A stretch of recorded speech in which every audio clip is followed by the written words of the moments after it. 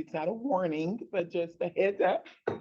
Um, we're going to go through like the actual seller's guide, me meeting with the seller, some of those kind of tips, opening up for questions.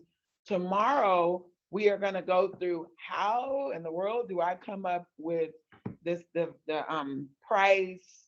How do I convince them on what kind of things they should do in their home, shouldn't do? Like, how do I even know that?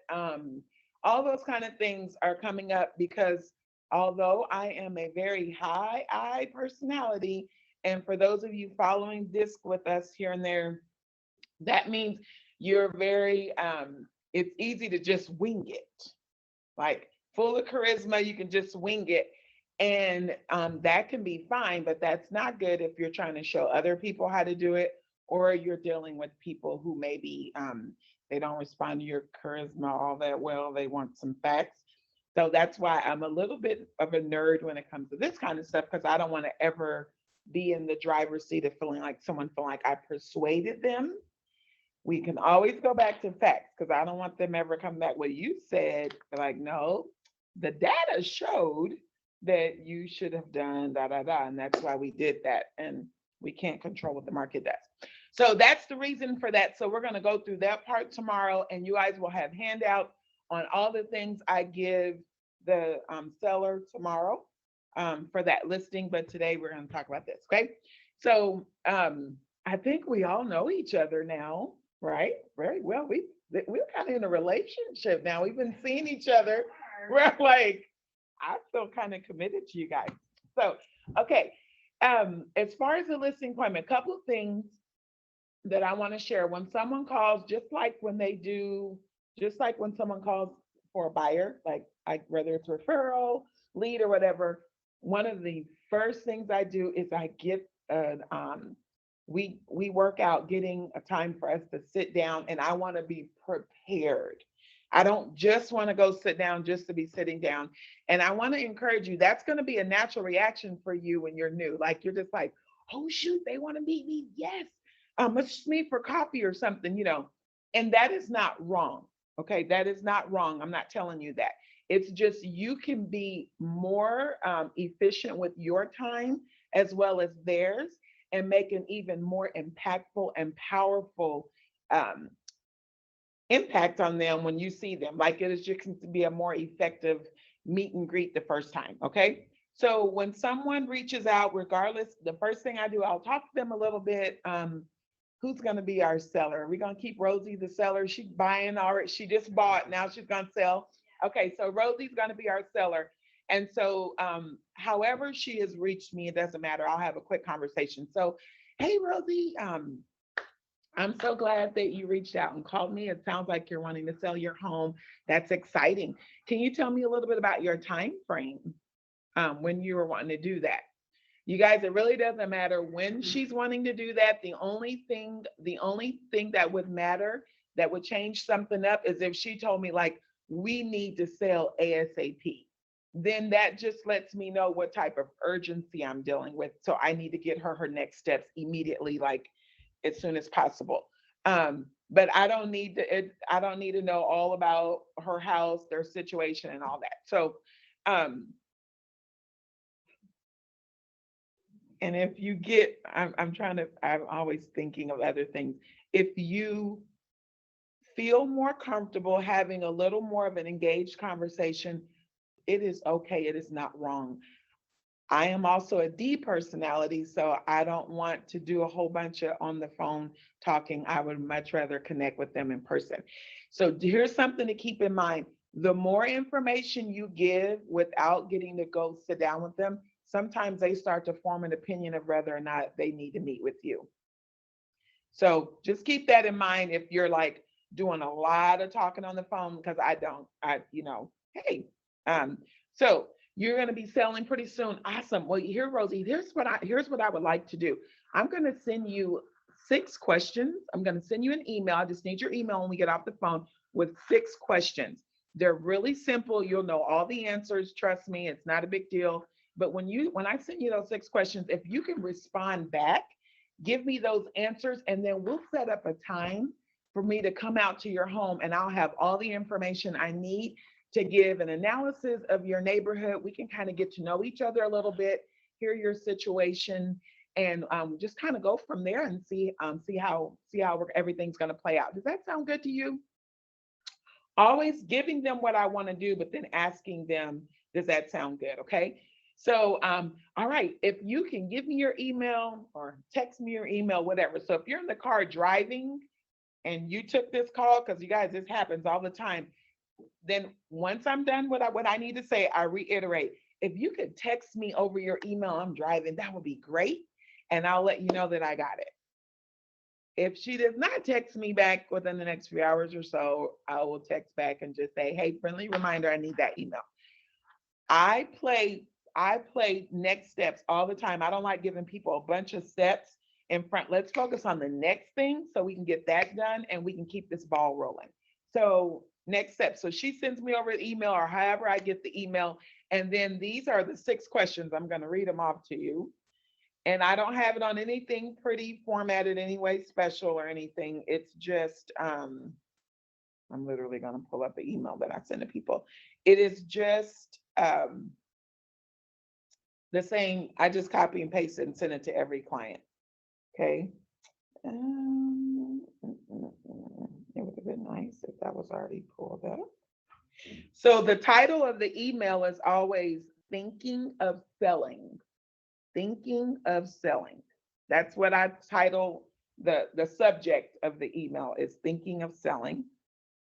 And then here are the questions. Number 1 is the property address. Number 2, list all improvements/repairs made on the house in the last 5 years. And I'll read that again. List all improvements, repairs made on the house in the last 5 years. This is important, guys, because this is exactly how an appraiser looks at that. If it's more than 5 years old, it's a good chance they're not calling it new. If it's within 5 years, you can call it newer. Okay. Number 3 is going to be what amount is owed on the house, if anything. What amount is owed on the house, if anything? Number 4, what do you feel the house is worth? What do you feel the house is worth?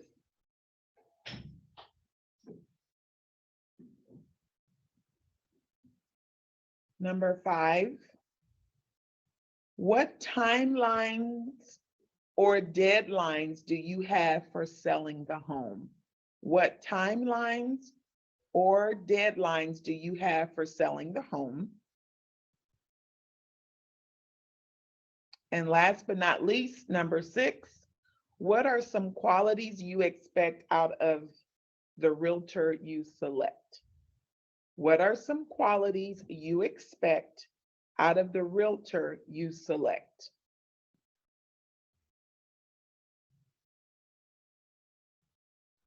And then when we're done, if somebody missed something, you guys can, when I open it up for questions, you can let me know what those were. So I just copy and paste that, send that over. If it was my aunt who was sending this or a repeat customer, if it's a repeat client and they've just already said, the only time I remove number 6 is if it is definitely like a repeat client and they've already told me, Crystal, we need you to come back out because we need you to sell the house, whatever. Then I'll remove it, or I might put a smiley face, leave it on there and put a smiley face like, I know it's me, for the qualities. But even if I don't ever assume, I always put that on there. It's kind of, you'll be a little amazed sometimes with some of the things that people will put on there, people that you know of what's important to them. So I just think it's a great thing to keep on there. I'm laughing so hard because one of my first listing appointments, I sent that over and he got back to me, he goes, a realtor that appreciates art. Shut That's up. what was important to him. See? Nothing else was, he didn't care. See? Jamie. Isn't that something? Yeah, he was like, that's all But, I care about. but seriously, isn't that something? You never know. Or if they say something on a realtor that is very punctual and you're like, well, let me get there early. Like you just really don't know. So even with people you think you already know, it's just great. Reminder, I say it 72 times so it can get in your brain. Remember, when you continue to do the same thing, repetition, it makes you a professional. It makes, doesn't make you perfect, but it makes it professional and you become consistent with it. So just get in the habit of keep doing the same thing. So they've received, I've sent that email. I always send out text messages whenever I send emails to people. You guys, it's great communication. It's something you should do in your personal life, probably, as well as definitely in your business. Just get in a habit. You send someone an email, don't just feel like, well, I passed the ball. When I pass you the ball, I make sure you have the ball. I don't just throw it and be like, I'm sure you got it. No, send the email, follow it up with a text. Hey, just wanted to let you know I sent you that email. Please confirm you received it. Because then they know and I know the ball is in their court and they're controlling our time now. Okay. So once they send that questionnaire back over to me, then I'll go ahead and say, all right, let's schedule. So here's the thing. This is why I kind of don't schedule the thing first.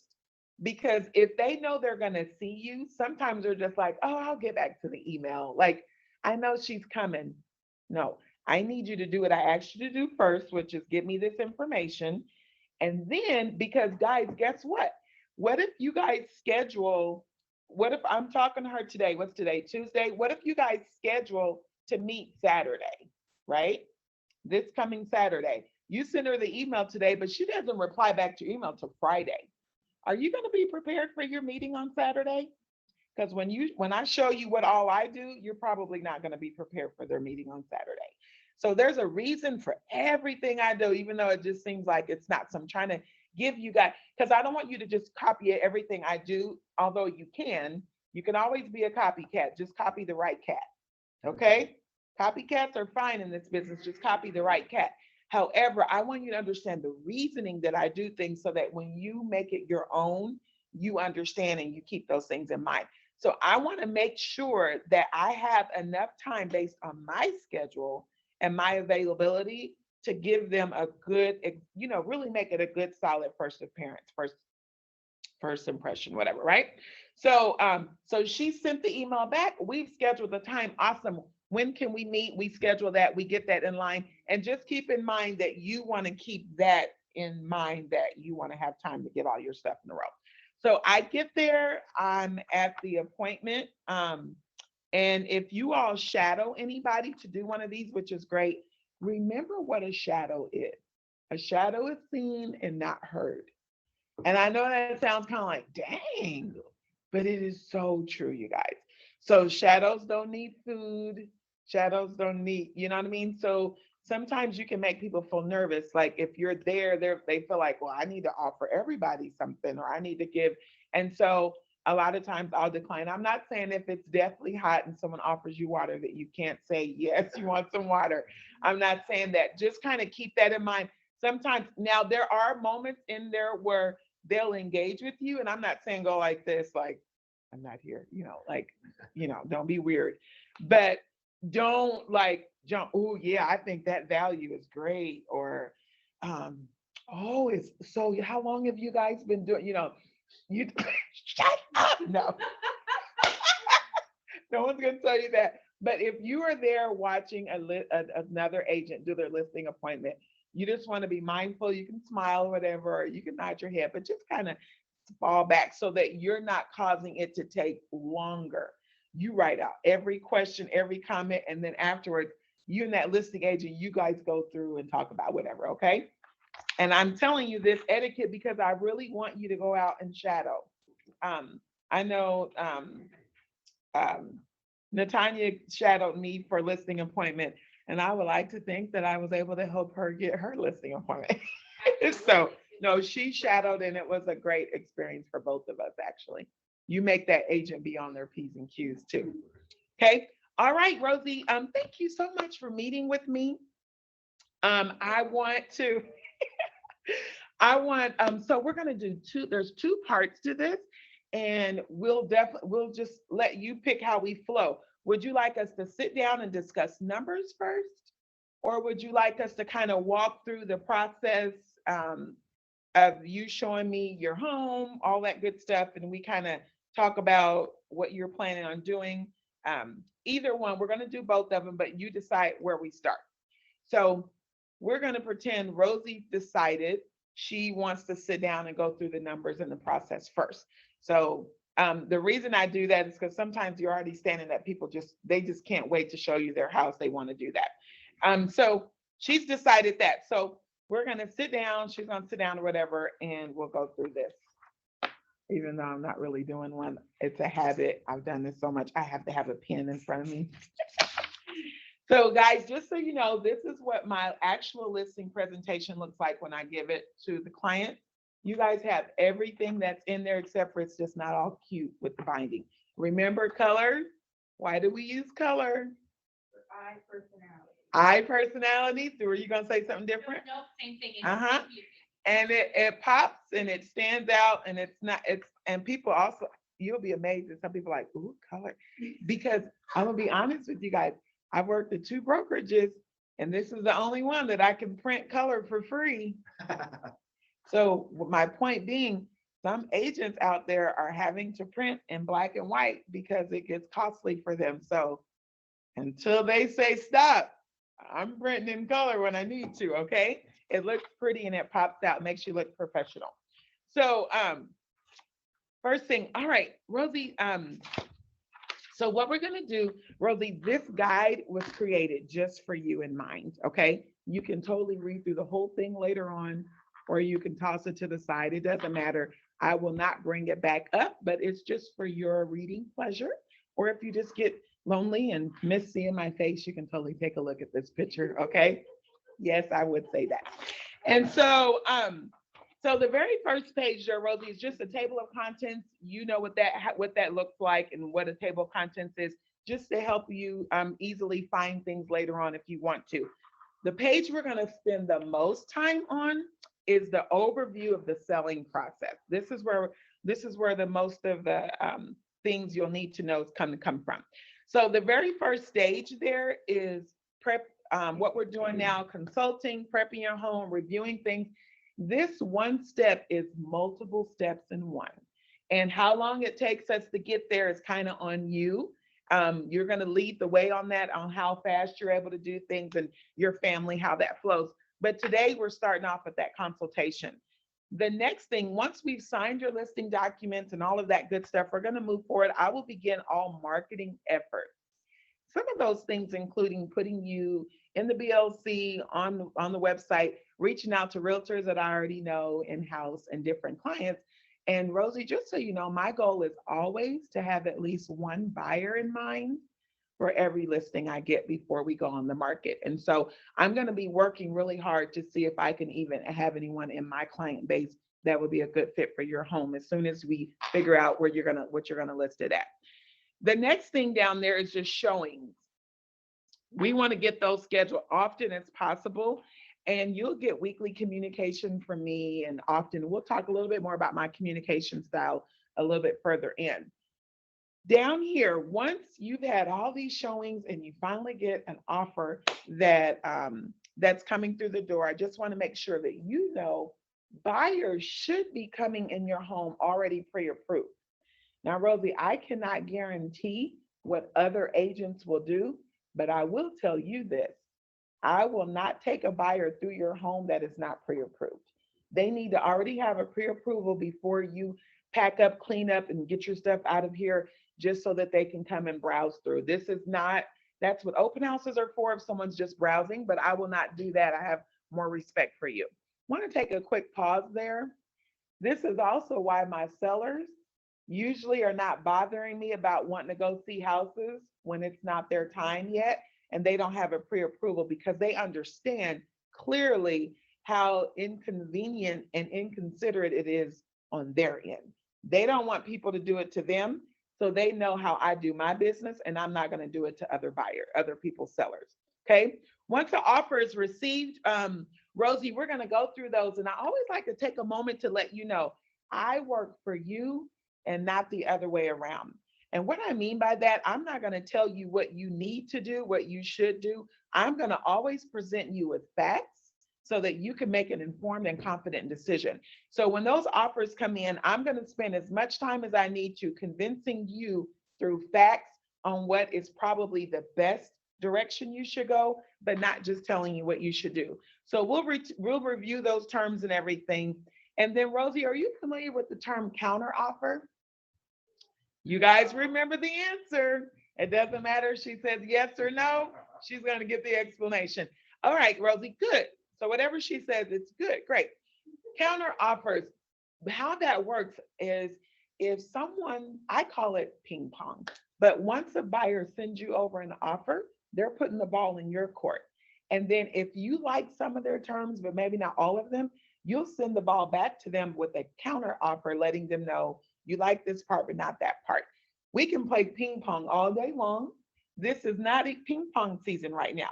Even though you hold the upper hand as the seller, right now buyers are having a little bit of fatigue.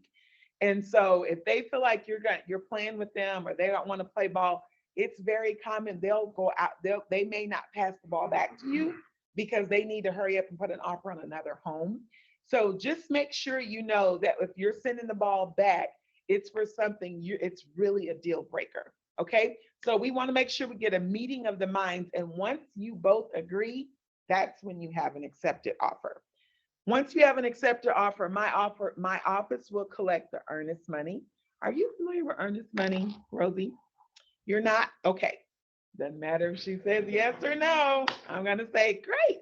So with the earnest money, what that's going to look like is that's basically like, it's like a deposit on your house. It's the buyer letting you know, I really want this house, so much so that I'm willing to put a little money before I even get to the closing table, just to show you how serious I am. Rosie, that amount is negotiable, but the amount we should be expecting, the industry standard is about 1% of the purchase price. And so once they send that over, you'll know what they're offering when they send the purchase agreement over. But my office will take that money and the check will be cashed and it will sit in an escrow account. It does not go directly to you. Okay. So, and that will be credited back to the seller, the buyers at closing. So it's not an additional fee. So once you've got the earnest money, you'll be getting a notice that the buyer is going to do an inspection. Rosie, this is a very important time for the buyer. It's a time where they get to check out their new home, see how everything works, everything functions. It is also a time where their inspector is going to find every little nook and cranny, everything wrong with your house. Even the things that you've been living with that you would never think about fixing, you're like, we don't care about that. Just know that it's probably going to be at least about 30 pages worth of stuff if it's a good inspector. And older home, you're going to have even more than that. Rosie, the main thing we're looking for there are major defects, major things like needs new roof, needs new HVAC, whatever. When you come to that point, that is where the negotiations may or may not come in. The buyer may ask you to do those things. You have a chance, you have a decision to make if you're going to do them or you're not. And we can get all into the negotiations of how that works when we get there. But if you have more questions about that too, you just let me know. But we kind of handle the negotiation things. Rosie, if you want to write next to on your inspections, if you want to write hurdle number 1, you can, because this is like a race. And my job is to get you to the finish line. And that's one of our hurdles. It's not a big deal, but it is a hurdle that we will celebrate once we pass it. Okay. So negotiations with the inspection. We're through that. The buyers going to loan processing. And Rosie, I want to note on this, the loan processing. Notice the buyer does not go to loan processing until after negotiations. You guys are in the thick of things, right? So that's when that underwriter starts to notice maybe things that potentially their loan officer during the pre-approval did not notice. And Rosie, this is why I call and vet every pre-approval before you accept an offer. Because I want to make sure, number 1, this is a reputable company. I want to make sure, number 2, this loan officer has reviewed enough documents that would suffice and really guarantee a pre-approval. Because we don't want to wait till we're down into this situation, into this process of our transaction, that we find out that they didn't look at those things yet. Okay. So just know that I will be giving you feedback on every pre-approval that comes in. And it's not just if I like them or not, it's going to be if it's valid, if it's strong, if it's a good pre-approval. So once that's called the processing, they're going to get an appraisal. I want you to write hurdle number 2. This is another hurdle that we're going to celebrate getting past. And so once you go through the appraisal process, are you familiar with an appraisal, Rosie? Oh, good, great. So the appraisal, regardless of what she says, the appraisal is where the lender is going to determine the value of your home. The lender orders an appraisal. And I want you to know that I have done a very thorough job to act like an appraiser with coming up with the values of your home, conditions and terms and all of that. And that's the mindset that I was in when I came up with your evaluation. I can't guarantee because I'm not an appraisal and they are subject, it depends on who the appraiser is. However, once that appraisal comes back, we have crossed hurdle number 2. But if it comes back short, this is going to be something that's another negotiation that may take place. Now in this market, taking a little break, I would mention a little bit about, not a lot, but a little bit about there are certain things out there like appraisal gaps, different things that buyers are doing to be competitive. The reason I'm not going to go into great detail of this is I want them to understand the process. We can get into the weeds of things later.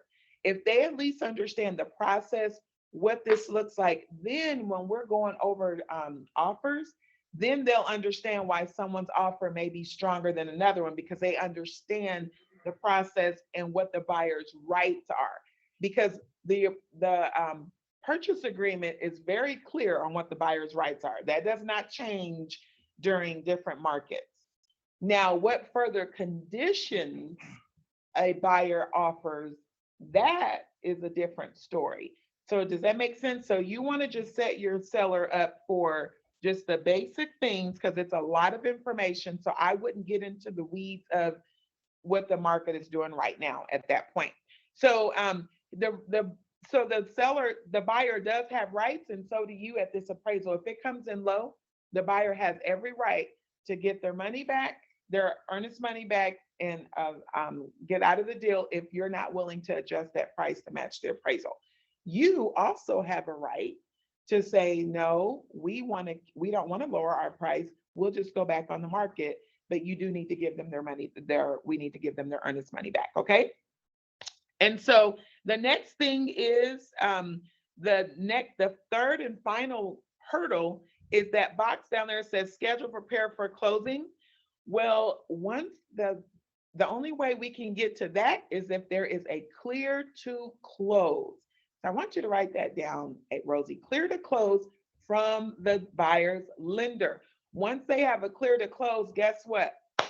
Boom, we passed the third hurdle. Definitely need to celebrate that. That just means the lender does not require anything else from that buyer. They're like, you're clear, you're good to close. Now we're just getting the numbers together, but you're good to go. So we will do that. And then the buyer to the left there, notice they'll usually do a walkthrough. So let's not put holes in the walls or anything like that, because guess what? They're probably going to go back and look through the house. They don't always do it, but you'll probably get a notification for showing that they want to see it the day before closing or even the morning of, okay? And then we'll review your final figures. Usually it's at least within a day, but if not, maybe 2 days before, you'll know exactly what you're getting back at closing, what that check is going to look like. So it's not going to be a surprise when you get there, like just take a guess, okay? And then when we get to closing, woo, congratulations. I will be there the whole step of the way. It's about an hour long. You will sign a lot less than the buyer, but you'll sign all those documents. At that time, you may or may not get to meet the buyer. I hope you do. And then you can tell them who all the crazy neighbors are. Like, because it's too late now. They've already bought your home. You can kind of warn them of who's crazy and who's cool on Friday nights. And then also like what's trash day, and you give them the keys. Now, I do want to let you know, Rosie, there is a chance. Now, if after we discuss your family's personal needs, if you need to keep possession of the house after closing, that is something that is negotiable. We can talk about that a little bit more based on your family's needs. And in that case, you would give them a key, but you would not turn over possession yet. And you would get to go back home to the house for however long you both agree to. And then when it's time to go, you'll leave those keys and then they'll be able to access their home. It is their home though. So I would ask that you leave them a key at closing. Okay. Because technically it will be their home. Awesome. Do you have any questions over this wonderful process, Rosie? No, Rosie, you are awesome. And so, Rosie, I do want you to take an arrow, make a little arrow from where it says offer accepted down to the closing. And I want you to note that that usually takes about 30 days is what we're looking for. We'll know when they submit, when the buyer submits their offer to you, but it usually takes about 30 days. I was gonna say 30 minutes, 30 days from accepted offer to closing, okay? All right, so we'll just jump right in here. We're not gonna go through every one of these pages, which is really cool. Page number 2, how showings work. All I'm gonna really say to you on that, you can read this later on, is I do hire a showing company. So no one's gonna be calling you direct, realtors aren't gonna be calling you directly trying to get in your home. One company is calling you to schedule that. 9 times out of 10, it'll be through texting. We'll discuss at a later time what your preference is. You give the okay to let them in, all of that good stuff. I do use a Century Lock just because I think it is the best for security purposes, because it will let me know who was in there, what time they came swiped in, what time they swiped out. You guys, if you're gonna use a combination, then just don't say that, okay? I use Century Locks for that very reason, okay? So you guys can also hire a company. Yes. Crystal made that Yes. sound super bomb. Yeah. That's. Because I want you to do the same thing. Thank you, Rosie. Because that's included in your brokerage fees. So you just say, I hire a professional showing company. Got it? Say the same, copy the right cat. All right. And so over here on the next page, page 3, I recommend you maybe rip this out, put it on the refrigerator or something, just so you can have it. It gives you some tips on preparing for a showing in less than 10 minutes, okay?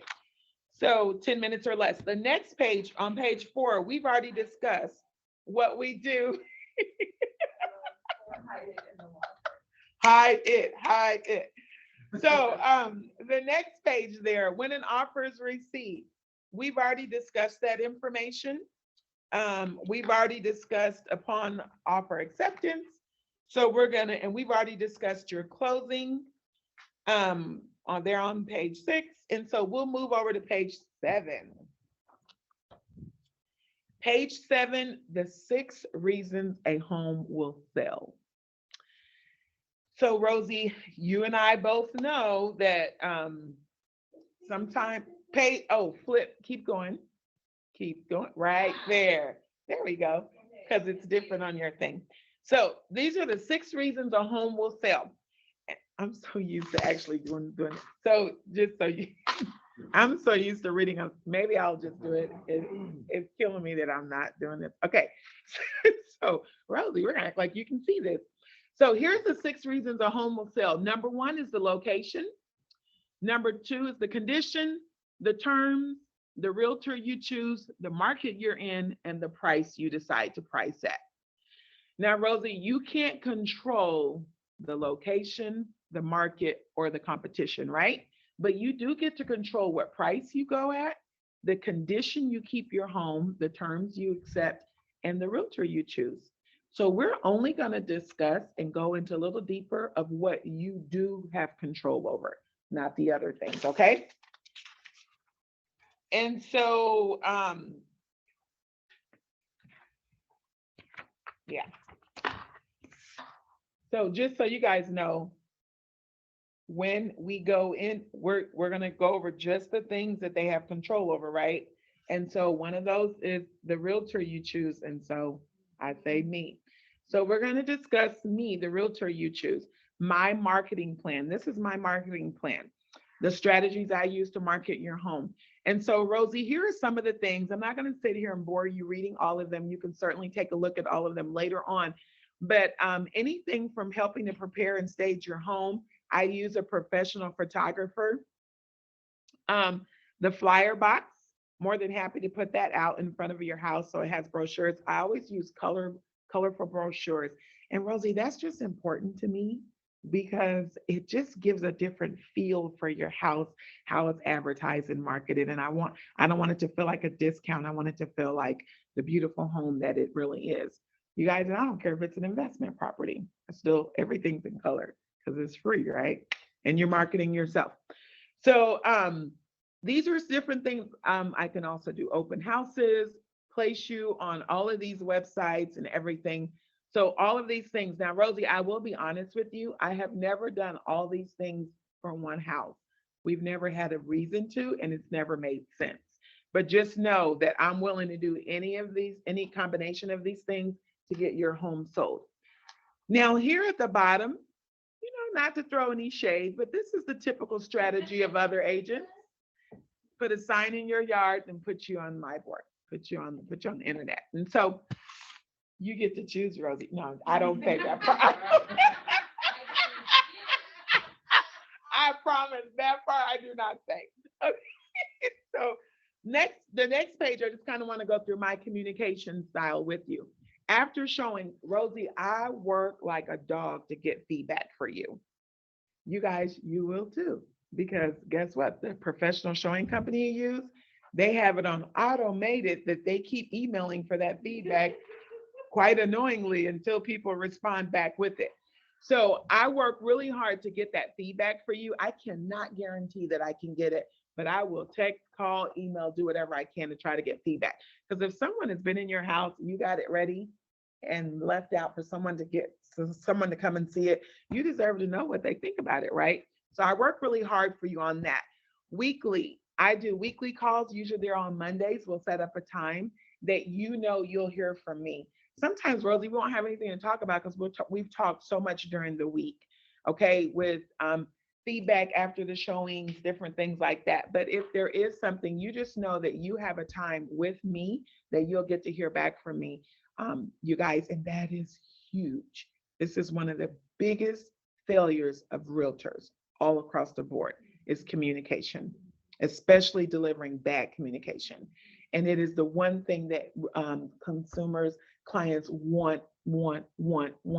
They're in this with you. Could you imagine hiring a coach that well, maybe you don't hire them, but you go play for a team and they just don't show up. Like they have worked with you through all these practices. You show up for game day and your coach is nowhere to be found. Could you imagine? I want you to just really sit in that thought for a minute. Like you would feel like I'm at her by myself. Like, what the heck is going on? Am I doing good? Am I doing do I need to change something? So that's how you leave them feeling when you abandon and abort the mission. So I don't care how much of a trouble client they are, or you have bad news, you need to suck it up and you need to get on the phone and you need to talk to your people. Okay. So Rosie really likes that, by the way, our seller client.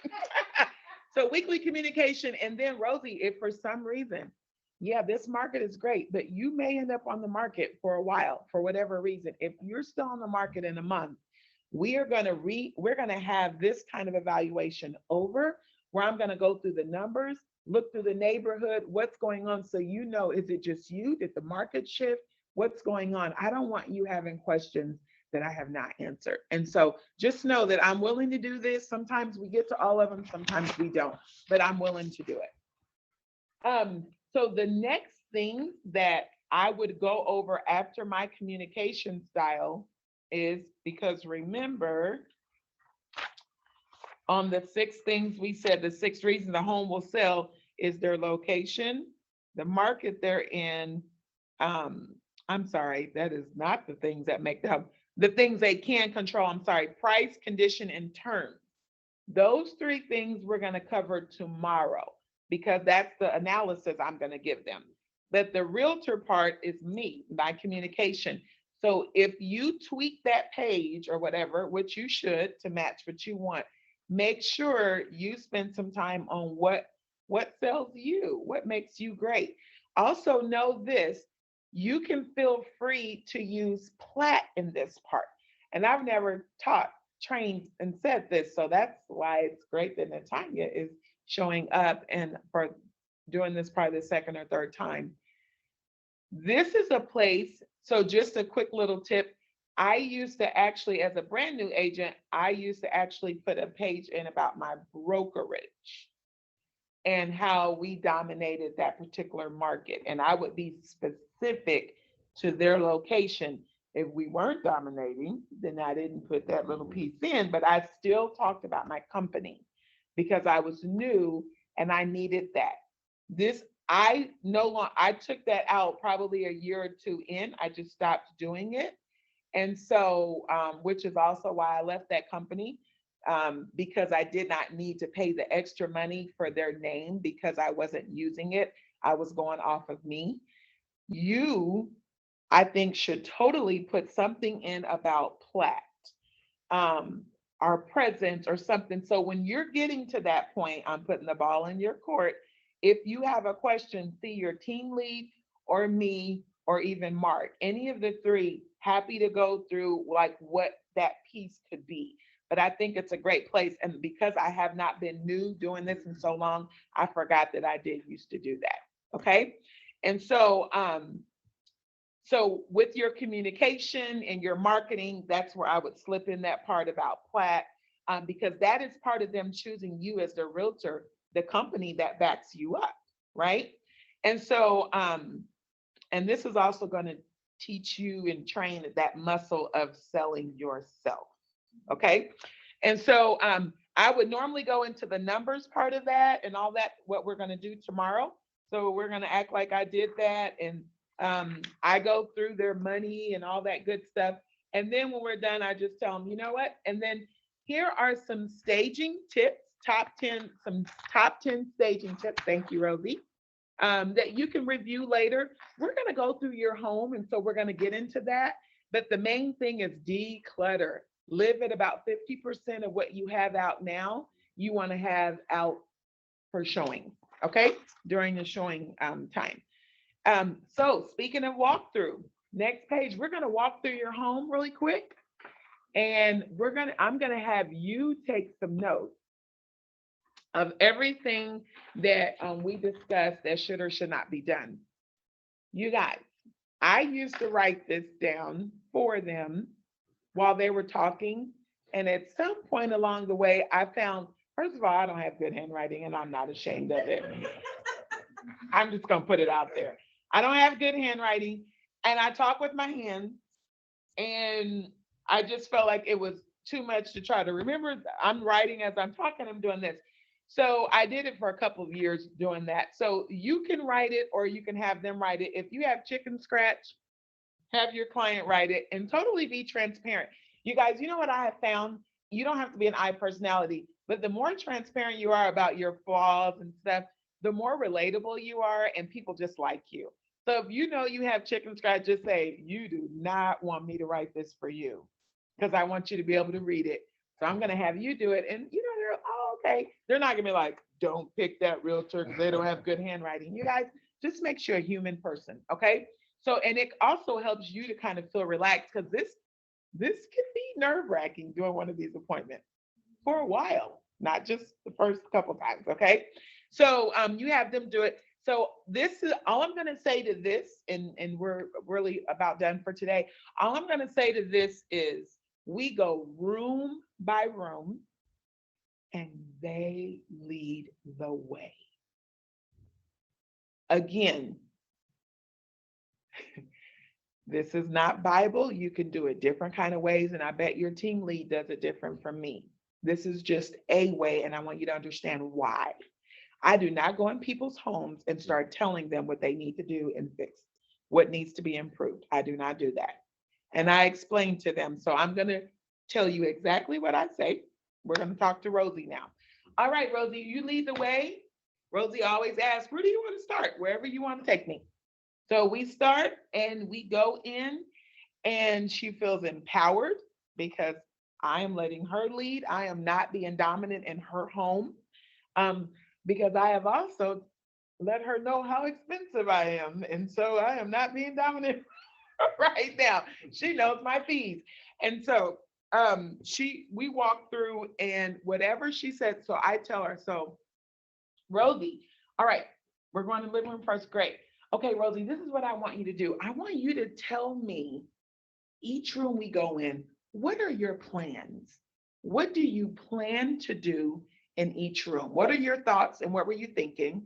And don't worry, Rosie, I always have an opinion for everything, and you will hear my opinion. But I first want to know what you were thinking. And Rosie, here, let me just be honest with you. Here's the reason why I do that. I can give you a whole list of things you should do, but Rosie, I don't know your day-to-day life. I don't know your lifestyle. I don't know what it looks like when you get off work and everything.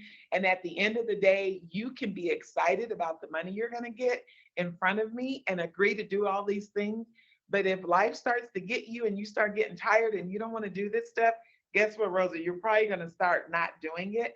So let's just cut through all of that and let's talk about the bare minimum, like what has to be done in order to get you those figures that I've already showed you or I'm going to show you.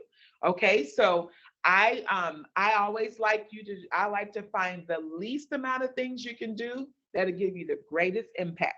I'm gonna say that again because every client feels so relaxed and soothed when I say that. I want to find the least amount of things that you need to do that will give you the greatest impact.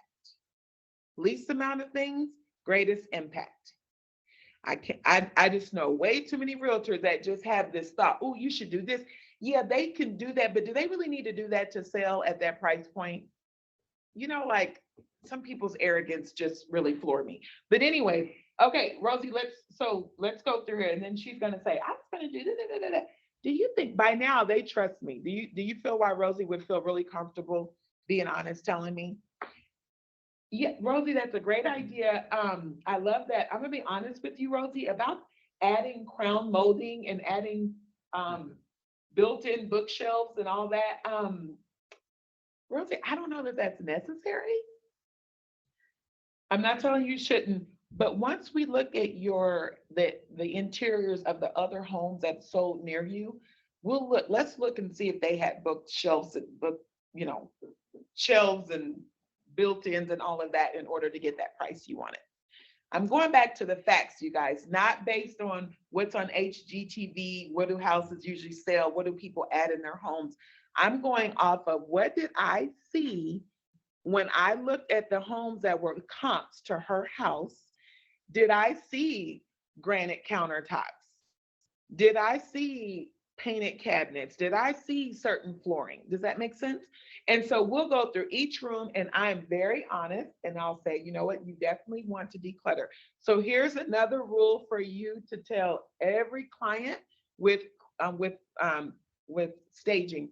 Remove all personal effects.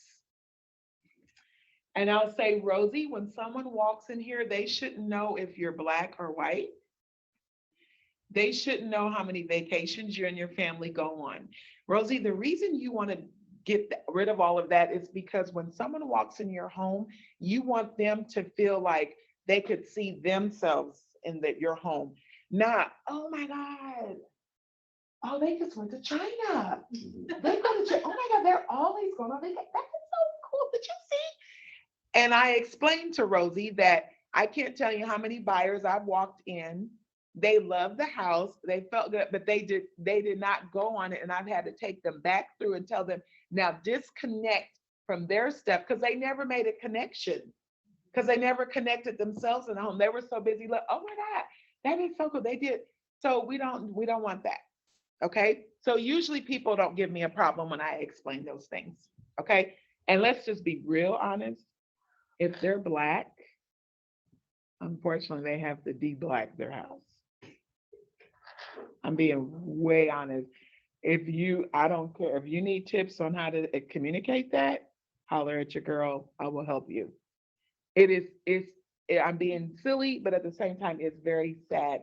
We have cases here in Indianapolis now with the appraiser in the appraisal finding out that it was a Black home and their appraisal being shot down so low. And then the third appraiser, after she made things look like a white person lived there, and all her stuff down, it like tripled almost. It's ridiculous. It's been happening across the country, but now um, we're having issues of it being public in Indianapolis. It's sad, but and as a white person trying to tell a black person that, yes, that can feel uncomfortable. But when you explain why, no one's going to be offended by that. They're just going to be like, are you serious or whatever? And be like, yes. And I do not want you missing out on a dime or a buyer just because of your race, because that's not fair. Does that make sense? So like, I really mean that, all of you guys, if you like, I'm white, I don't know how to communicate, just talk to me, because I obviously did not get into detail about, but just know that you need to do it. Okay? Yay. Questions, comments? Peanuts you want to throw? I was looking to buy peanuts for my mom yesterday. You can't buy them. They're out of stock. Anyway, yeah, crazy. This is so helpful. So I have another listing presentation on Friday. And I'm so glad that this timing, because I sat through Crystal's and it was fantastic. But again, I've learned something new. So thank you. I want to share two quick things because Michelle helped me make a packet on Plaid. And I don't know if everybody's seen it yet, but it's on there on Canva, a Plaid version. Yeah. That's not as fabulous as yours. No, I think it's more fabulous. So it's very nice. There's one on there that you can cut and paste and just add your own picture to. That's super helpful that I copied the best cat. The only question I have is when you did your listing presentation, you did a really good job of talking about your commission. Is that going to be tomorrow? Yes. Okay. Yes. The numbers, all of that will be tomorrow. So you know how I came up with the number, you guys will have all of that. And yes, that will be tomorrow. Because it was funny, and I'll just tell a backstory of this, because I sat through Crystal's presentation with this specific family. And then about a month later, when she was listing it, she shared an example that this family asked. The mom said, "You're charging us 3.5? 6.5. 6.5? Really? 6.5? And she goes, "Did I agree to that? Did we talk about that?" And I'm like, "Oh yeah, I was there. I remember specifically." But then going back to it and how it ended, I hope you tell that story. Yes. Oh, I definitely will. Yeah. I will. And you won't let me forget if I did. I had a question that might be answered later on as well, but Yeah. going back to the overview of the selling process, you mentioned the idea of not being able to meet at the appraised value. Have you encountered sellers that have had purchase agreements for way over asking who are not able to meet, then saying, "Hey, let's relist for that price"? How do you, maybe you haven't encountered that? I have not encountered someone who they received an offer at a higher, and then the appraisal didn't come in, and then they wanted to relist it at the higher offer amount. But I'm sure it happens. It would be a little silly because you don't have any value. Yeah, but it could happen. Yep. Amanda actually said she has a question. Yes. Amanda, will you answer it? Hi. Yeah, can you hear me? Yes. Okay. My question is, what if you have someone like a seller that's kind of gone through this a lot before? Like they've sold a home last year and then they bought a home, and now a year later they're like, "Oh, I'm ready to sell another home," and you're going through all the things on the packet, and they're like, "Oh yeah, I know this. Oh, I know this." Like, how do you handle that as, I guess, a possible listing agent for them? That's a very good question. So unless they are my repeat client, because obviously I'm not gonna say obviously, I don't do this for my repeat selling clients that have sold with me more than once. We may go through some information, but what you can do is I would maybe make it a little quicker, but I would just say things like, "I know you probably know, but just as a reminder, do you remember this? Do you remember that?" I would still have a listing presentation, first of all, if that's your question, Definitely, because it's really not about the process. It's also about them understanding, I know what I'm doing, I know the process, and how I work. Because I never like to assume that someone, usually people learn something different that they didn't know or they weren't aware when they were working with someone else. But I would kind of cut it a little short and say things like, I'm sure you remember what earnest. Now, if they're a repeat seller, I'm like, you remember what earnest money is? Counter. Okay. Those are people that I'm not going to go back and explain that. I will say, okay, Yeah. you remember that, right? And if they say yes, I'm like, okay, good. And I'll just move on to the next thing. So good question, Amanda. Okay, perfect. Thank you. People who haven't had a good realtor experience though, and that's where you Yep. really differentiate yourself. And I Yep. don't remember any of this with our first realtor. Yep. And Yep. it makes a big It's, difference. I don't know if you guys can hear him, but Drew was just saying it's got to make a big difference when you're differentiating yourself from other realtors because everybody doesn't give that same experience. And so, absolutely. Yep. Anybody else question? Hi, Erin. Anybody else have a question or comment? When you do an offer to purchase, how long do you normally give the seller to respond? Oh, on a purchase agreement? It depends on that seller. I usually always communicate with the listing agent.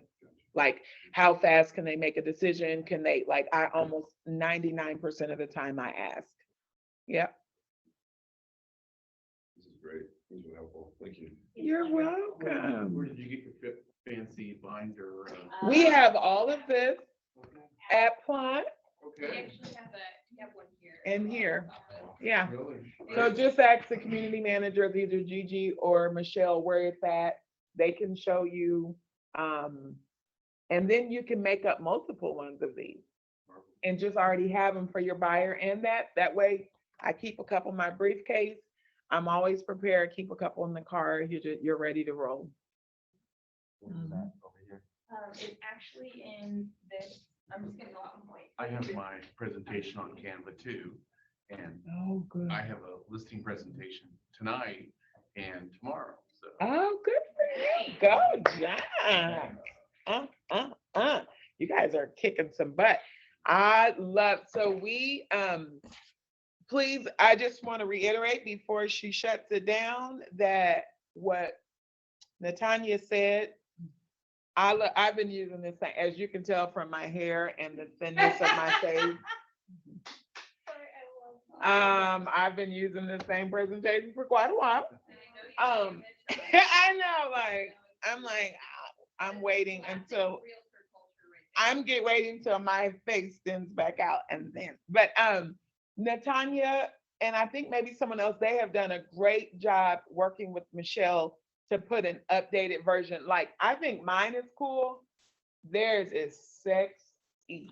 It is amazing. And it's got Plaid branding and all that. Like, it's really cool. So check it out on Canva and build it and they'll come. All right. Bye, all of our people online. Bye. Technology is